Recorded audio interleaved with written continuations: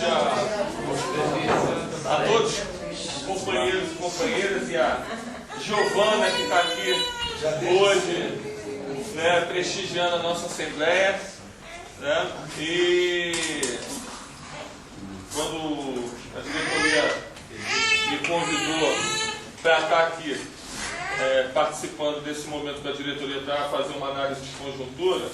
fiquei extremamente feliz, mas ao mesmo tempo é minha obrigação enquanto diretor, né, de eu estar aqui e é o momento que eu recarrego as minhas energias para continuar no dia a dia. Como eu sempre falei, aqui é um porto seguro, né, onde eu consigo desabafar, consigo dividir as angústias do dia a dia, da vida pública, mas não perco nunca, né, o meu link com o que está acontecendo no movimento sindical. Né, tenho acompanhado, tenho mantido meus contatos, tenho acompanhado no site do sindicato, no site da Contraf, no site do Sindicato de São Paulo, continuo lá recebendo todos os e-mails que o sindicato daqui envia para mim, que a federação, a CUT. Então a gente está acompanhando e sabe, e tem mantido inclusive contato com a Luísa também sobre esses bastidores da política que envolvem, por exemplo, o Congresso Eleitoral, que a gente acabou de eleger a nossa delegação para ir participar, para eleger a nova direção da segunda maior federação do país, que não é qualquer coisa, que quem hoje administra, quem hoje dá a linha política, é os sindicatos do interior, é esse grupo de sindicatos que, num passado recente, existiam teses, inclusive, da extinção desses pequenos sindicatos. Né? Então, pessoal, eu vou começar a análise, vou tentar ser bem breve, mas uma análise de conjuntura, ela leva algum tempo quando a gente quer fazer, pelo menos bem feita, com o objetivo de contribuir para a reflexão, né, de todos nós, porque, principalmente todos nós aqui, bancários, formadores de opinião e nós, dirigentes sindicais,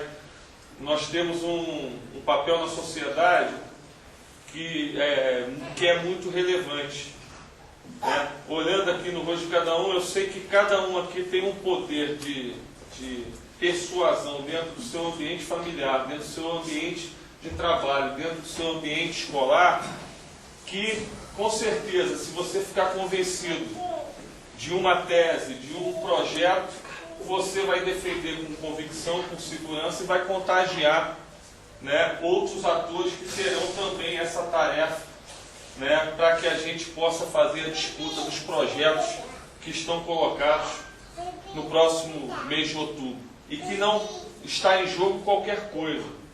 E aí a gente começa pela análise de conjuntura internacional, fazendo uma reflexão o que representa hoje o Brasil a nível internacional. Se nós formos pegar hoje,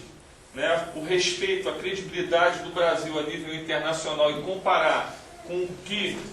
recebemos no ano de 2003, quando o presidente Lula, esse operário, esse nordestino que às vezes escorrega no português, né, ele recebeu, né, o Brasil sem crédito internacionalmente, o Brasil, as grandes potências tratando o Brasil como um país de terceira classe, de terceiro mundo, um país como se fosse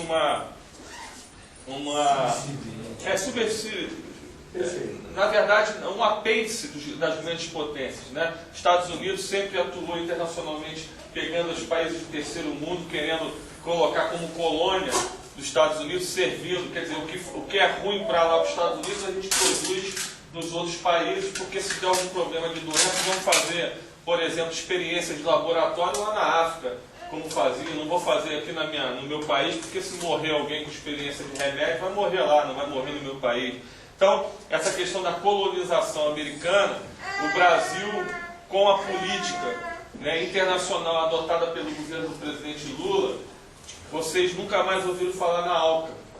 Né? A ALCA colocou em risco todo o parque industrial brasileiro. Se a ALCA tivesse sido implementada, milhões de postos de trabalho nossos seriam transferidos para outros países. Por quê? Porque a tendência da ALCA era ter um avanço muito significativo na questão da importação. E necessariamente, né, a produção desses produtos não seria feita no Brasil, o que poderia estar gerando desemprego aqui, gerando emprego nessas grandes potências. E o Brasil, numa postura internacional austera, respeitosa, né? E que nós temos que parabenizar o ministro Celso Amorim, que também tivemos a felicidade e a honra de receber aqui nesse sindicato, né? O ministro Celso Amorim veio visitar o sindicato no dia que ele veio trocar o domicílio eleitoral, e ele inclusive falou, foi na época que estávamos em greve no Banco do Brasil, ele falou que viria fazer aqui a visita, mas não poderia dar entrevista referente ao movimento paredista, né? Então, para nós foi uma honra, porque a política internacional do governo do presidente Lula, ela resultou em vários prêmios, em vários editoriais nos grandes jornais da Europa, nos grandes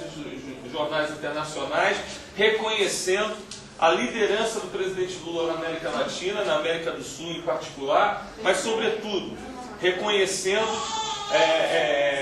o crescimento econômico do país, né, e vamos dizer, o vigor da economia brasileira, a ponto de que uma crise internacional não causou cócegas no nosso país na questão da economia, que aponta inclusive para o crescimento nesse primeiro trimestre a níveis da China, um crescimento que chega a quase 7% do PIB, que está apontado para o fim do ano, que são crescimentos inclusive que faz com que o Banco Central, na última reunião do Banco Central, aumentou a taxa Selic. Por quê? Para que pare um pouco do crescimento, porque o nosso problema de infraestrutura no país não suporta um crescimento a nível de China, que é em torno de 7% a 10%. Então, a política internacional está resultando também, né, em ganhos na economia interna. Né? Quando a gente recebe o país do governo do PSDB, do Fernando Henrique, do DEM, com reservas cambiais abaixo de 30 bilhões de dólares, e hoje nós temos reservas cambiais na casa de 250 bilhões de dólares, o que representa que nessa crise, onde a Grécia quebrou, onde vários países da Europa estão quebrando,